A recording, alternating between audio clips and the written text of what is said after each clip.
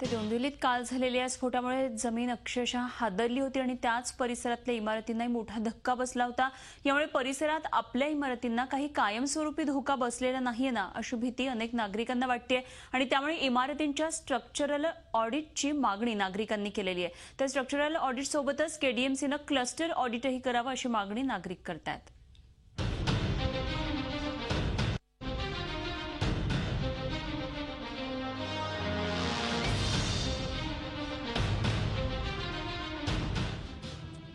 डोंबिवली एमआयडीसीत झालेल्या स्फोटाची तीव्रता एवढी प्रचंड होती की 4 ते 5 किलोमीटर परिघातल्या घरांना हादरे बसले।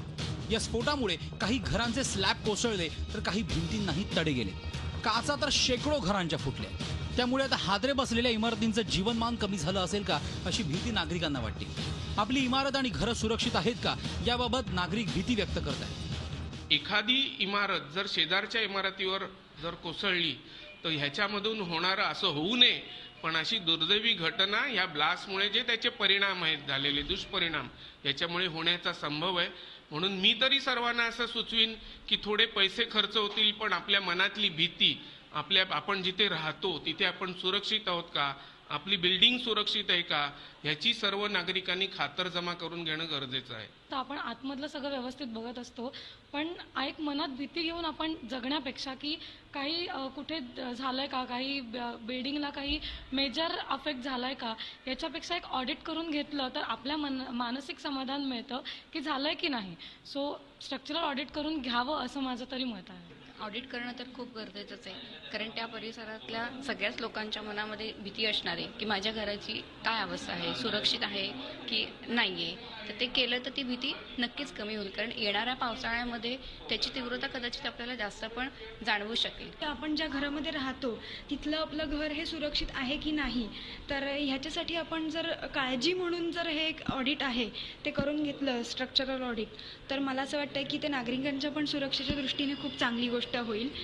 1 ते 2 किलोमीटर अंतरावरील इमारतींना या स्फोटाचा परिणाम नक्की जाणवू शकतो। त्यामुळे स्ट्रक्चरल ऑडिटची गरजही तज्ज्ञांनी व्यक्त केली आहे। मेजर डॅमेज व्हायची पॉसिबिलिटी जनरली थोडी लो आहे,